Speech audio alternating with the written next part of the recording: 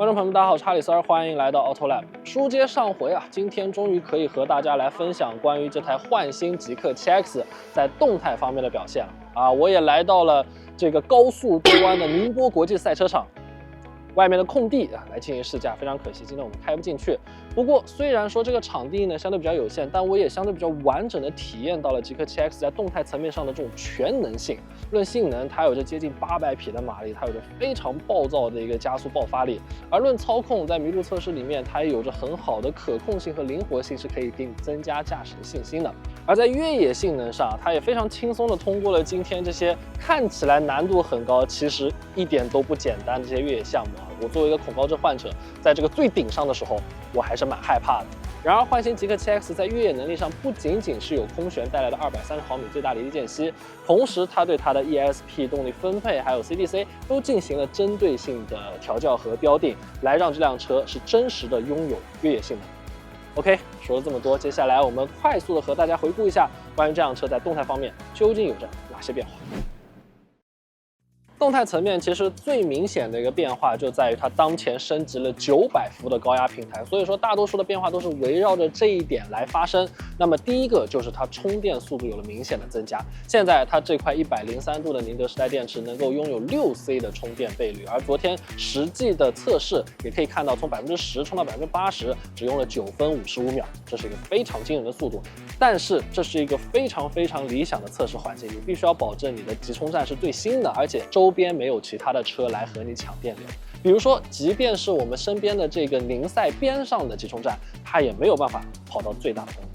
而900伏平台带来的第二个变化就在于更低的能耗。高压平台它天生就可以让你的这个电能传递的损耗更低，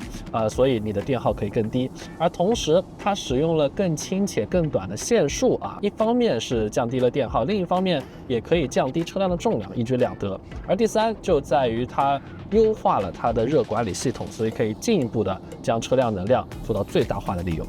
而动态层面第三个变化也是大家感知最强的，也就是它的性能了。这辆车当前拥有585千瓦的总功率以及812牛米的总扭矩，同时它的0到100公里加速在不算1英尺的反应时间内是2.98秒。我没有记错的话，应该只有2台车啊，至少在中国只有2台 SUV 车型可以做到在3秒以内的这个参数。而当它在使用我们现在使用的这一条21英寸马牌 EC7 轮胎的时候，它的极速可以超过250公里每小时，也就意味着即便这辆车出现在德国不限速高速公路上，它也能够更胜一筹。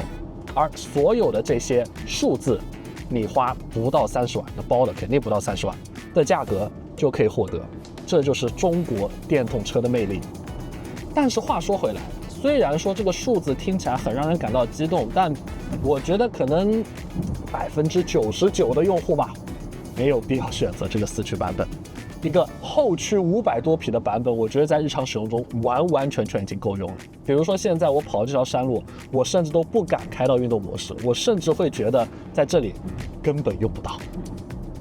聊完了动力，我们即将迎来第4个变化啊，在底盘域上，也就是换装了 B 式的空悬。虽然说有了更快的这个反应速度以及更安静的这个调节声音啊，但是呢，它依旧是一个单腔的，所以说它的弹簧刚度并没有办法得到调整。而我刚才也去问了工程师啊，它的弹簧刚度呢和现款车型，包括整个底盘域上的标定啊，并没有太大的一个变化。所以说各位可以放心，你现在开到这辆车依旧有着标准的极氪式操控。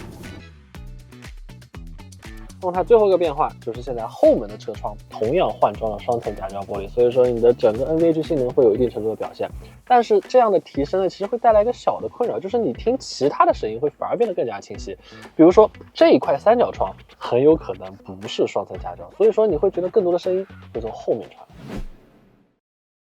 除了动态表现之外，焕新极氪 7X 在智驾层面也带来了一些升级。首先是硬件方面，换装了和极氪 9X 非 Hyper 版相同的千里浩瀚 H7， 也就意味着它有了算力达到700 TOPS 的索尔 U 芯片，以及体积更小、性能更强但能耗同样下降的激光雷达。而至于实际表现方面呢，其实和极氪 9X 也是非常的接近啊，两台车它们的基本功都非常的不错，在不是很复杂的道路环境里面可以让你开得非常的放心。但是呢，在比如说像出地库或者说一些绕行大车这样的一些场景里面，它还是会有一些比较犹豫的表现。不过呢，和 9X 不同的地方在于，或许是因为宁波的道路相对比丽江要宽敞一些，而且 7X 确实比 9X 要紧凑了不少，所以说在一些高速场景下7X 的通行效率表现会更好一些。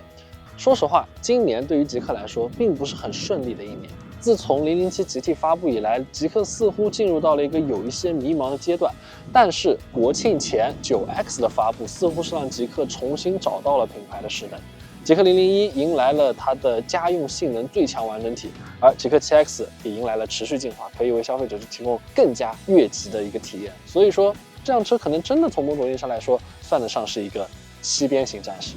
OK， 感谢大家收看本期 Auto Live， 我是哈里森，我们下期再见。